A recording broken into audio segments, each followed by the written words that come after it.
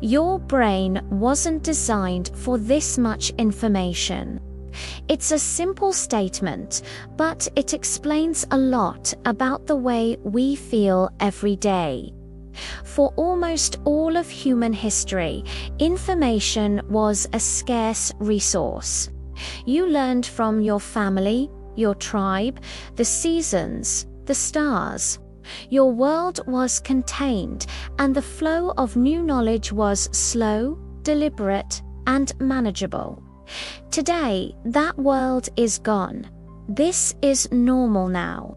We wake up, and before our feet touch the floor, a screen is in our hands. News headlines from across the globe, notifications from a dozen apps, work emails arriving at all hours, an endless stream of short videos, each one fighting for a fraction of our attention. It's a constant, overwhelming flood. We're told this is progress, that being connected means being informed. But what if this constant stream isn't making us smarter? What if it's just making us tired? The reality is, what we now call a normal day is a radical, unprecedented experiment, and our minds are the test subjects. The human brain is a marvel of evolution, fine-tuned over millions of years. But it was tuned for a world of scarcity, not abundance. For our ancestors, a rustle in the grass or a distant cloud on the horizon was a critical piece of data that required immediate focus. Survival depended on paying attention to a few important signals and ignoring the rest. Our brains evolved to seek out novelty and information because, for most of history, new information was rare and often vital. A new tool, a new food source, a new danger. These were the things that mattered. We are hardwired to crave information. Fast forward to today. The same brain that was built to process a handful of crucial inputs is now bombarded with thousands of them every single hour. The invention of the printing press was a turning point, making knowledge accessible like never before. Then came radio, television, and finally the internet and the smartphone, each step dramatically accelerating the speed and volume of information. Our evolutionary hardware hasn't changed, but the environment it operates in is completely alien. We are running ancient software on modern high-speed hardware, and the system is starting to show the strain. We're still chasing novelty, but now the novelty never ever ends. Think of your attention as a spotlight. In a world with few distractions, that spotlight can stay focused on one thing for a long time, illuminating it clearly. But in our current digital environment, it's not just one spotlight. It's hundreds of different apps, platforms, and services, all engineered by very smart people whose job is to capture your spotlight. They are all competing for the same finite resource, your attention. Every notification, every alert, every "you might also like" is a deliberate attempt to pull your focus away. When your brain is presented with too much information, it doesn't get better at thinking. It doesn't process more, deeper, or faster. It does the opposite. It enters a state of cognitive overload. Faced with an impossible amount of data to sort through, the brain's executive functions, the parts responsible for planning, decision-making, and self-control, begin to weaken.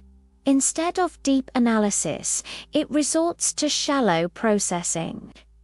We skim, we react, we scroll, but we don't truly absorb or understand.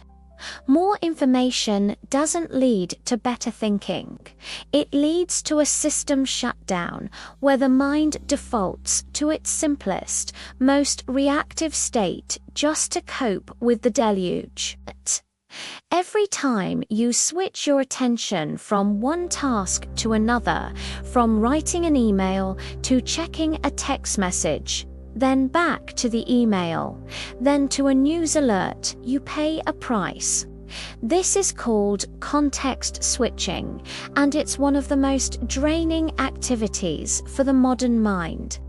It might feel like you're multitasking, being efficient, but what's really happening is that your brain has to disengage from one set of rules and goals, and then load up a completely new set. This process isn't seamless.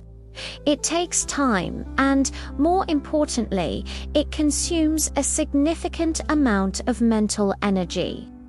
Each switch leaves behind what scientists call attention residue, where part of your mind is still thinking about the previous task. So even when you're back to your email, a part of your focus is still on that text message. Do this hundreds of times a day, and the cumulative cost is enormous. Most of us pay this cognitive tax all day long without even realizing it. We just feel a vague sense of exhaustion at the end of the day, a feeling of being busy but not productive, and we don't know why. It's the hidden cost of a world that demands we pay attention to everything at once. If you often feel tired, unfocused, and mentally drained, you might tell yourself you're being lazy or undisciplined. But that's a fundamental misunderstanding of what's happening inside your head. Mental fatigue isn't a character flaw, it's a biological response. It's a signal from your brain that its processing capacity has been exceeded. It's the equivalent of a computer slowing down and freezing when you open too many programs at once. Your brain isn't lazy, it's overloaded. It's a perfectly rational system protecting itself from burnout by reducing its own performance. The persistent feeling of exhaustion that so many of us experience isn't a moral failing. It's a symptom of living in an environment our minds were never built to handle. So why does this matter? Because when your brain is in a state of overload, your ability to think clearly evaporates, and when clarity disappears, decision-making follows. The constant noise makes it difficult to distinguish between what's important and what's trivial. Every small choice feels monumental. What should I eat for lunch? Which email should I answer first? Which task should I work on? In a state of cognitive overload, the brain struggles to weigh options and predict outcomes. This leads to two common results: decision fatigue, where you just give up and make impulsive, poor choices, or decision paralysis, where you become so overwhelmed that you can't make any choice at all. Your ability to plan for the future, to solve complex problems, and to regulate your own emotions is directly tied to your mental clarity. Overload doesn't just make you tired, it kills the very clarity you need to navigate your life effectively. It subtly undermines your agency, one notification at a time. The solution then isn't to find better ways to process more information. You don't need a new productivity app or a new multitasking technique. Those are just attempts to optimize a broken system. The real solution is simpler and far more radical. You don't need more information. You need fewer inputs. You need to reclaim your attention by consciously curating the information that you allow into your mind. This means being ruthless about turning off notifications. It means scheduling specific times to check email and social media rather than letting them interrupt you all day. It means creating spaces and times of quiet where your mind has a chance to wander, to get bored, to process thoughts without a constant stream of new data. It's about shifting your mindset from consumption to intention. The goal is not to know everything that's happening in the world the moment it happens. The goal is to regain control over your own mind. Less input doesn't mean being ignorant. It means creating the space for deeper thought, creativity, and genuine connection. Less input equals more control. This constant battle for your attention is just one of the hidden systems shaping your life.